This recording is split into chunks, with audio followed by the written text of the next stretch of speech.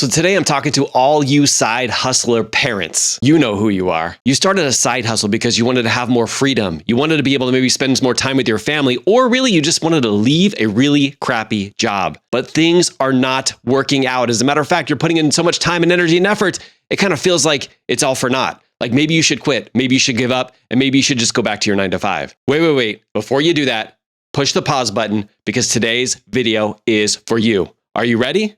Let's go.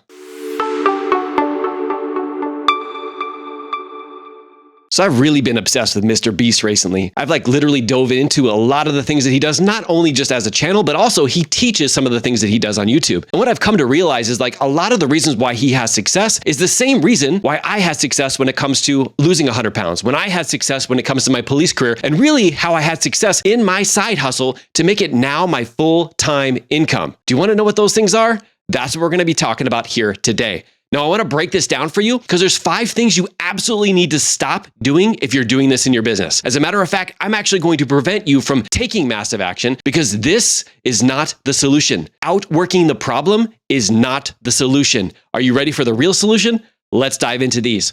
Now, every single one of these 5 pieces is incredibly important and impactful. You're going to have to find, and I really want to hear this in the comment section below, literally, which ones of these are you not doing already and you're proud of yourself? And which one of these are you actually going to have to lean into and stop doing? Because once you stop doing that, it will literally open the floodgates of results. All right, let's get into number 1. Number 1 is your goal isn't big enough. Your goal isn't big enough. Guys, there's this idea that when you have a big enough goal, it will create what's called urgency. It will create focus. It will literally get you to generate things that you would have never been able to generate. It will get you to think on an entirely different level. If you already had the answers and you taking more action was the answer, you would have already been able to succeed. No, you've got to think about your goals differently. You've got to think about okay, if I really want to accomplish something, I need to have a massive goal, because when you have a massive goal, you are forced to think differently. It requires this to come from a different angle. And guess what? If you want something different, you have to do something different. How many of you guys have had goals where you set them and because they're so small, you literally put it off until the last second? Guilty, me too. And the reason why is because it doesn't compel you to get out there and to take action. I can't tell you the difference your life will make when you start making goals that excite the crap out of you, that make you want to go, oh my God, I feel like I'm getting sick to my stomach, but it will also get you to think on an entirely different planet.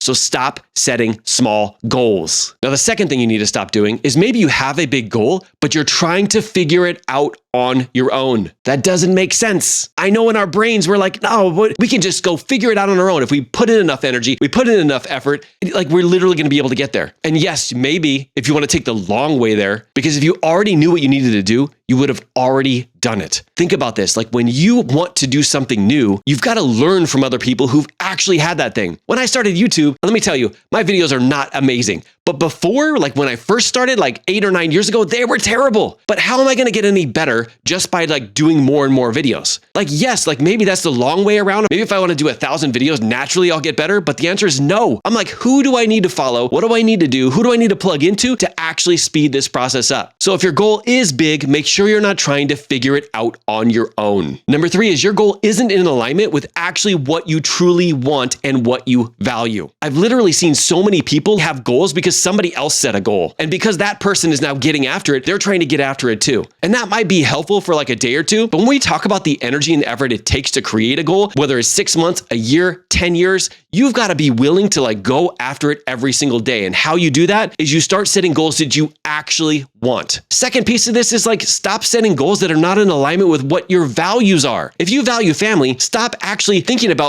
oh, this goal is going to take me away from family. I wouldn't even do that. I wouldn't even make that a goal. If my goal was to grow on YouTube and it cost me my family, no thanks, I wouldn't be here. So make sure that you also are in alignment with what your values are when you're setting a goal, but then also you find what you actually want and you hang out with people who are just as hungry as you. If you haven't started to hang out with other people who are just as hungry, who are growing just as much as you, who are willing to put that energy and effort in, I'm telling you, you're leaving some stuff on the table. Number 5 is you actually haven't taken yourself there to that goal in your brain. Can I tell you, like, the most powerful leaders are the ones who are like can literally vision and see what it's going to be like, see how proud people are going to be when they get there, see how excited, see the kind of impact it's going to make. And they don't have to get there physically. They can get there in their brain. And when they really practice this idea of like daydreaming and seeing what it's like when you're there, you can literally reverse engineer it into the things you needed to learn and the actions you needed to take, the people that you needed to surround yourself with to actually make it happen. I promise you, if you take 5 minutes a day and literally visualize what it's going to be like to achieve that goal, and it's a goal that you actually want,